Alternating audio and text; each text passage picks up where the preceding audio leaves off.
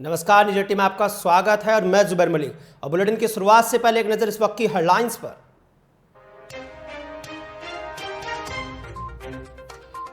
देश भर में 24 घंटे में 25,166 नए कोरोना केस आए सामने, 437 लोगों ने गंवाई जान।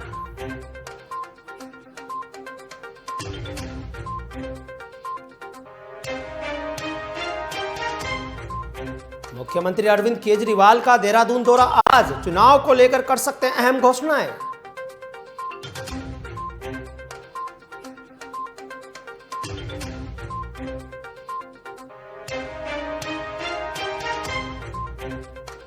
अमेरिकी एनएसए संघ अजीत डोभाल की बातचीत, काबुल से आसान हुई भारतीयों की वापसी।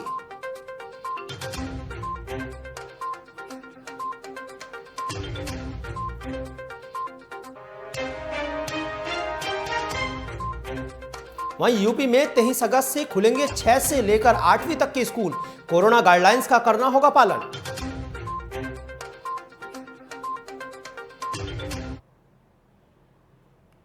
और अब खबर विस्तार से। उत्तर प्रदेश विधानसभा का मानसून सत्र आज से शुरू हो रहा है और यह सत्र 24 अगस्त तक चलेगा। इस सत्र में राज्य की योगी सरकार जनसंख्या नियंत्रण विधेयक लेकर आने वाली है। इससे पहले राज्य विधि आयोग के चेयरमैन जस्टिस एएन मित्तल ने जनसंख्या नियंत्रण कानून पर तैयार रिपोर्ट सरकार को सौंप दी है। विधि आयोग ने प्रस्तावित जनसंख्या नियंत्रण कानून से संबंधित विधेयक का अंतिम मसौदा भी तैयार कर लिया है। जनसंख्या नियंत्रण विधेयक के फाइनल मसौदे से भी 2 से अधिक बच्चों के माता पिता को स्थानीय निकाय चुनाव लड़ने से रोकने समेत अन्य सुविधाओं से वंचित रखने की सिफारिश भी की गई है। विधि आयोग की तरफ से तैयार 260 पेज के इस रिपोर्ट में विभिन्न वर्गों की तरफ से आए सुझावों को भी शामिल किया गया है।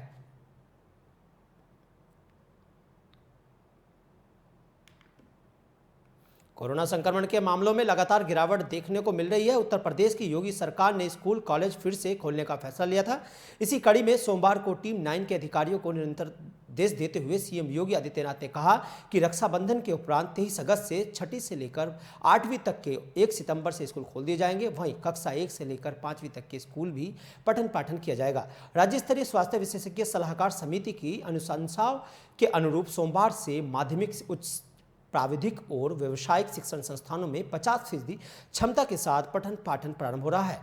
सभी जगह कक्षाएं 2 पाली में चलेगी। कोविड प्रोटोकॉल का भी पूरा ध्यान रखा जाएगा।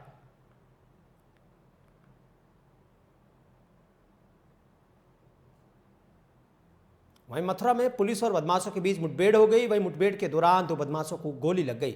बता दें कि पूरा मामला यमुना एक्सप्रेस वे का है, जहां पुलिस की 3 बदमाशों के साथ मुठभेड़ हुई थी। लेकिन इसी दौरान 2 बदमाशों के गोली लग गई, जबकि एक बदमाश मौके से फरार हो गया। जिसके बाद पुलिस ने घायल बदमाश को इलाज के लिए अस्पताल में भर्ती कराया। पुलिस ने घायल बदमाश के पास से अवैध हथियार सहित कारतूस भी बरामद किए हैं। आज रात्रि करीब 12 बजे माइलस्टोन 69 के निकट यमुना एक्सप्रेसवे हाईवे पर थाना नौजीत क्षेत्रांतर्गत एक पुलिया पर 3 संदिग्ध व्यक्ति बैठे हुए थे। वहां से तभी पुलिस पार्टी गुजरी।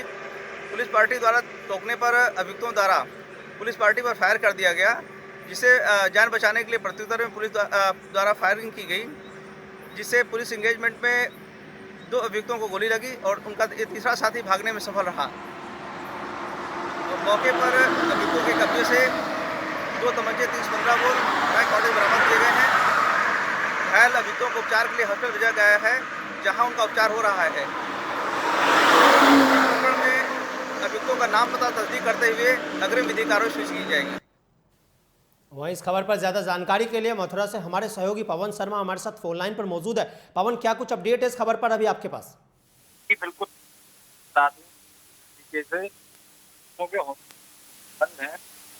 उसी में एक निर्देश।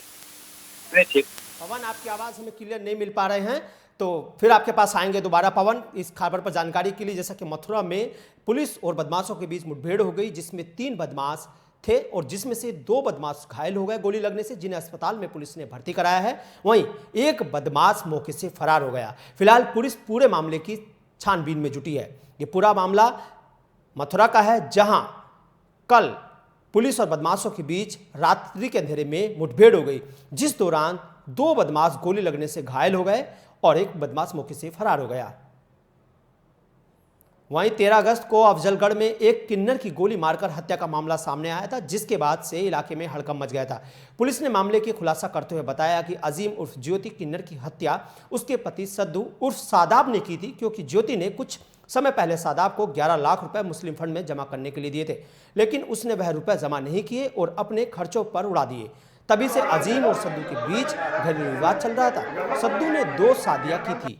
अब वह दोबारा से अफजलगढ़ में आकर रहने लगा था और पैसे भी नहीं दे रहा था। ज्योति किन्नर सद्दू के परिवार वालों पर पैसा देने के लिए दबाव बना रही थी।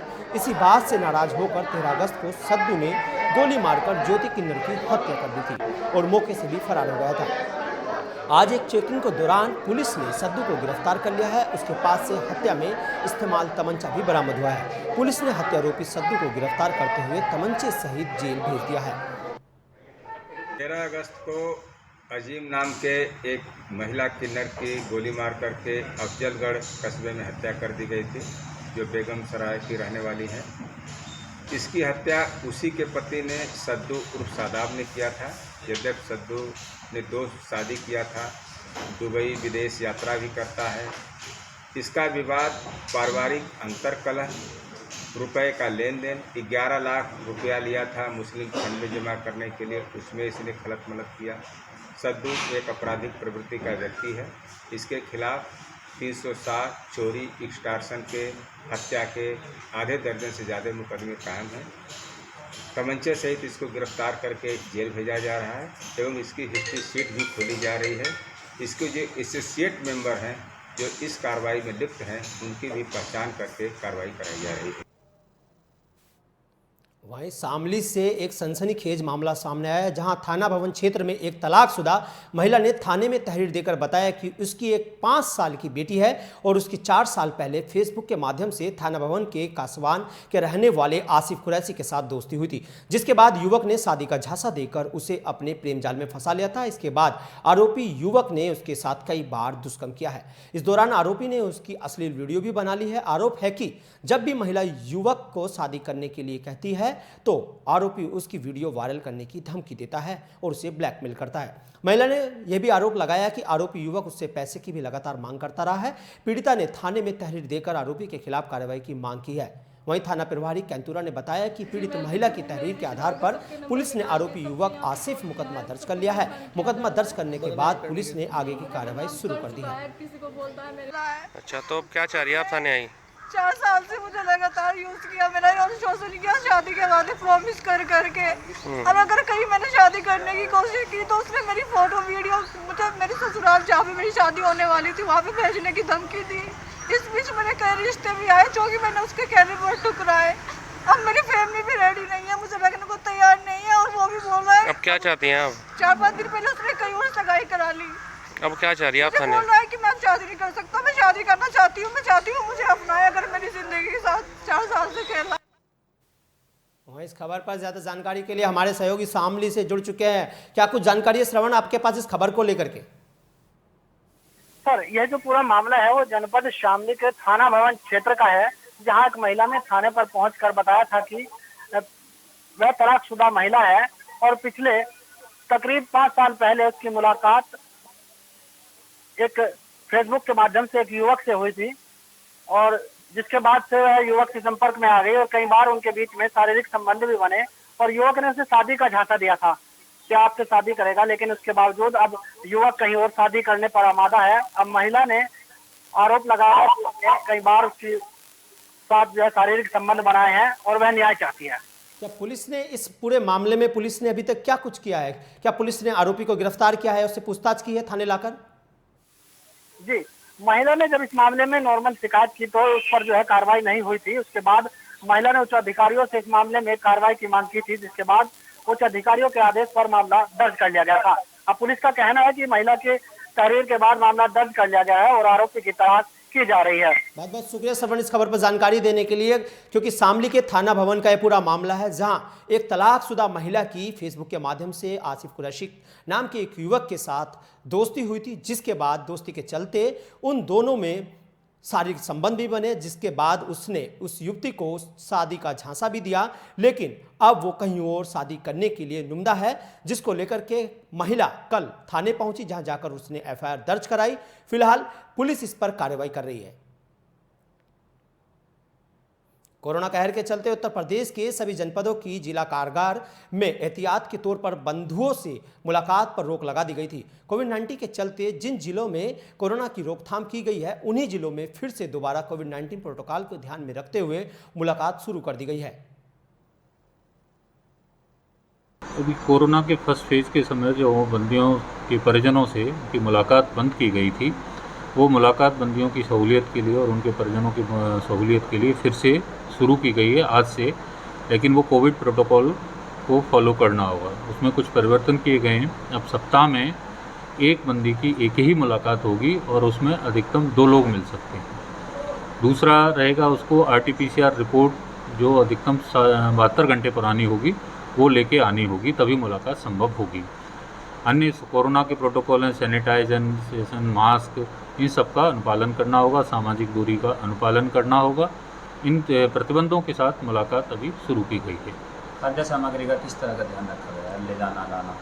खाद्य सामग्री और अन्य जो उनका सामान था, वो जो अलाउड था पहले से प्रिस्क्राइब्ड है वही आएगा। ड्राई आइटम्स पैक्ड होंगे, लेकिन उसमें सामान का जो 24 घंटे बाद दिए जाने का है वो बाहर काउंटर पे अलग जमा होगा सामान, और वो बंदी को फिर निर्धारित प्रक्रिया के तहत पहुंचा दिया जाएगा। बंदी को मिलने का समय क्या रहेगा सर? बंदी मुलाकात का समय 11 के बाद से 7 बजे से उसकी पर्चियाँ बनना शुरू होती हैं और 11 बजे से मुलाकात का जो पहले जैसे 2 शिफ्ट होती थी, क्या आपके भी ऐसे संभव है? अगर मुलाकातियों की संख्या अधिक होगी तो फिर 2 शिफ्ट किए जाएंगे। आज तो काफ़ी कम पर्चियाँ आई हैं, कम मुलाकात की हैं, तो अगर संख्या अधिक होगी तो फिर से 2 शिफ्ट शुरू की जाएगी। उधर उत्तर प्रदेश के हमीरपुर जिले में आई बाढ़ से सैकड़ों लोग बेघर हुए थे, जिसके चलते बेघर हुए सैकड़ों लोगों ने कलेक्टर मुख्यालय परिसर पहुंच करके जिलाधिकारी को ज्ञापन सौंपा है। उन्होंने कहा कि ग्राम समाज की ऊंचाई वाले स्थानों पर आरक्षित भूमि पर आवासीय पट्टे उन्हें दिलाई जाए। मामला कुरारा विकासखंड के सिकरोड़ी गांव का है, जहां विगत दिनों आई बाढ़ ने लोगों को घर उजाड़ दिए थे, जिससे सैकड़ों लोग बेघर हो गए हैं। प्रत्येक वर्ष उत्पन्न होने वाली इस समस्या से परेशान सैकड़ों ग्रामीणों ने मुख्यालय के कलेक्टर परिसर पहुंच करके जिलाधिकारी को ज्ञापन सौंपा है। ग्रामीणों का कहना है कि प्रत्येक साल आने वाली बाढ़ से उनके घर में काम पूरी तरह से ध्वस्त हो जाता है, जिसके कारण उनके पास खाने पीने रहने जैसी समस्याएं उत्पन्न हो जाती है। ग्रामीणों का कहना है कि ग्राम पंचायत द्वारा उन्हें ऊंचाई वाले स्थानों पर आरक्षित जमीन पर आवासीय पट्टे दिए जाएं, जिससे बाढ़ से प्रत्येक वर्ष होने वाली क्षति से बचा जा सके।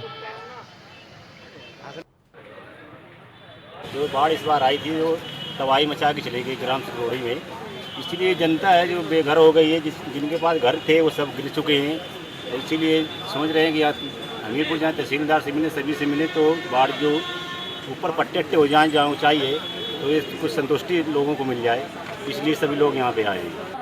आए बउआ डीएम साहब कहीं सरकार कि हमारी सुनाई करें, हमको ऊंचे में पट्टा दे, आवास चाहिए, जगह हमको रहने को ऊंचे में चाहिए, खाली में दिए सराई लगाओ सर। किस वजह से आप ऊपर जाना चाहते हैं? ऊपर बाढ़ की वजह से जाए चाहते हैं बाबू। बाढ़ से कितनी तबाही हुई है? बाढ़ से कितना नुकसान है? बाढ़ से पूरा गाँव धोस है साहब, बिल्कुल कपड़े तन के बचे हैं, भूसा गल्ला सब गाँव को बह गया, वहीं पड़ा है, सड़ गया, सब सड़ गया। उधर छत्तीसगढ़ के रायपुर जिला में NSUI और कई विश्वविद्यालयों से आए छात्रों ने पंडित रविशंकर शुक्ल विश्वविद्यालय में अपनी मांगों को लेकर प्रदर्शन किया। NSUI के नेताओं ने बताया कि हमने पिछले कई दिनों से कई तरह से विश्वविद्यालय प्रशासन को छात्रों की समस्याओं को लेकर अवगत कराया है और अभी तक हमारी मांगें नहीं मानी गई है, जिसको लेकर के आज उन्होंने प्रदर्शन किया है। प्रदर्शनकारी छात्रों का कहना है कि उनकी कई मांगें हैं, लेकिन अभी तक वो पूरी नहीं हो पाई है, जिसके बाद लंबी जद्दोजहद के बाद कुलपति ने छात्र नेताओं से मुलाकात की। छात्रों की मांगे हैं कि उनकी परीक्षाएं ऑनलाइन कराई जाए और अगर ऑफलाइन परीक्षाएं कराई जाए तो उन्हें 1 महीने का समय दिया जाए। सभी हॉस्टल को पुनः सैनिटाइज कराया जाए और सभी महाविद्यालयों में ऑफलाइन कक्षाएं भी प्रारंभ की जाए। ये छात्रों की मांगे हैं। तो ये खबर छत्तीसगढ़ से है, जहां NSUI के छात्रों ने लगातार प्रदर्शन कर रहे हैं। उनकी मांगे हैं कि जो हॉस्टल हैं उनको सैनिटाइज कराया जाए फिर से, और जो महाविद्यालय हैं उनमें ऑफलाइन मोड में कक्षाएं प्रारंभ कराई जाए। साथ ही छात्रों का ये भी कहना है कि अभी तक जो छात्र परीक्षा देने से रह रहे हैं या जो आगामी परीक्षाएं है गत वर्ष की, वो परीक्षाएं ऑनलाइन माध्यम से कराई जाए। यदि उन परीक्षाओं को ऑफलाइन माध्यम से कराया जाना है तो छात्रों को 1 महीने का समय भी दिया जाए। ये खबर हम आपको बता रहे हैं छत्तीसगढ़ से, जहां NSUI के छात्र लगातार प्रदर्शन कर रहे हैं।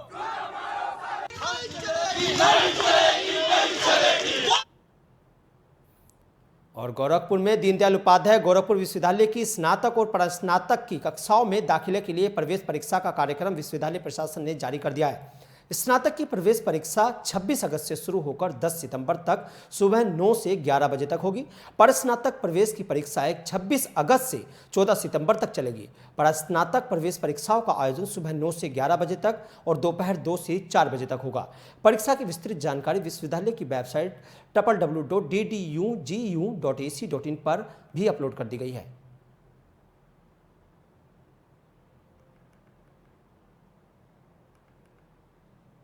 वहीं देश भर में कोरोना केस लगातार घटते जा रहे हैं। पिछले 24 घंटे में 25,166 नए कोरोना केस सामने आए हैं, जिसके बाद सक्रिय मामले बढ़कर के 3,69,000 हो गए हैं, जबकि 437 लोगों ने अपनी जान गंवाई है। वहीं अभी तक देश भर में 55 करोड़ 47 लाख लोगों को कोरोना वैक्सीन लगाई जा चुकी है। और ये इस वक्त की बड़ी खबर हम आपको बता रहे हैं कि देश भर में कोरोना मामलों में गिरावट देखी जा रही है, जिसके बाद अब देश भर में लगातार कोरोना मामलों में कमी आ रही है। वहीं 55 करोड़ से ज़्यादा लोगों को अभी तक वैक्सीन भी लगा दी गई है।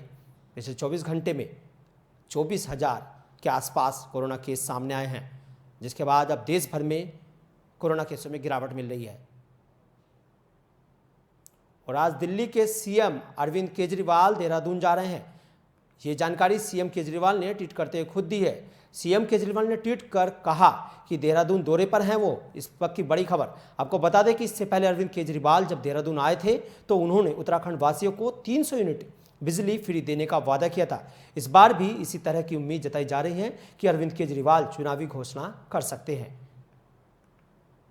आज अरविंद केजरीवाल दिल्ली से जो मुख्यमंत्री हैं वो आज देहरादून जा रहे हैं, जहां जाकर वो आज बड़ी चुनावी घोषणा कर सकते हैं। ऐसी आकांक्षाएं लगाई जा रही है, ऐसी उम्मीद लगाई जा रही है, कयास लगाए जा रहे हैं कि वो आज देहरादून जाकर बड़ी चुनावी घोषणा कर सकते हैं। क्योंकि इससे पहले भी जब अरविंद केजरीवाल देहरादून गए थे तो उन्होंने 300 यूनिट फ्री बिजली देने की बात कही थी। जैसा कि दिल्ली में बिजली फ्री दी जाती है, ऐसे ही कुछ उन्होंने देहरादून में भी बात कही थी। देहरादून में आज अरविंद केजरीवाल का दौरा है, जहां वो आज चुनाव से जुड़ी बड़ी घोषणाएं कर सकते हैं। और अगली बड़ी खबर, आइए बढ़ते अगली बड़ी खबर की ओर। जनरल डोभाल ने सोमवार शाम को अमेरिकी NSA के साथ लंबी बातचीत की और काबुल में आ रही दिक्कतों को लेकर चर्चा की। दोनों अधिकारियों की इस बातचीत के बाद काबुल एयरपोर्ट पर अमेरिकी सेना द्वारा बनाए गए सेफ जोन में भारतीय अधिकारियों और अन्य लोगों को प्रवेश मिला है। अफगानिस्तान में बिगड़ते हालात के बीच वहां पर मौजूद भारतीयों को निकालना इस वक्त की सबसे बड़ी चुनौती है। लेकिन तमाम मुश्किलों के बावजूद भारतीय राजदूत समेत 100 से अधिक लोगों को वायुसेना का विमान मंगलवार सुबह काबुल से लेकर दिल्ली के लिए रवाना हो गया है। और ये हम आपको खबर इस वक्त की बड़ी खबर बता रहे हैं, जो कि तमाम मुश्किलों के बावजूद भारतीय राजदूत समेत 100 से अधिक लोगों को वायुसेना का विमान मंगलवार को काबुल से लेकर के दिल्ली के लिए रवाना हो गया है। ये खबर हम आपको बता रहे हैं क्योंकि इस वक्त अफगानिस्तान में काफ़ी गहमा गहमी और युद्ध के हालात हैं, जहां पर तालिबानी सैनिकों ने वहां पर कब्जा कर लिया है, जिसके बाद तमाम हिंदुस्तानी लोग वहां पर फंस चुके थे, जिसके कारण सरकार ने अहम फैसला लिया और एक वायुसेना के विमान को वहां भेजा, जिसके माध्यम से भारतीय राजदूत समेत 100 से अधिक लोगों को वायुसेना का विमान मंगलवार सुबह काबुल लेकर रवाना हो गया है। और बुलेटिन में फिलहाल इतने। देश से प्रदेश की तमाम खबरें देखने के लिए बने रहिए न्यूज़ 18 के साथ।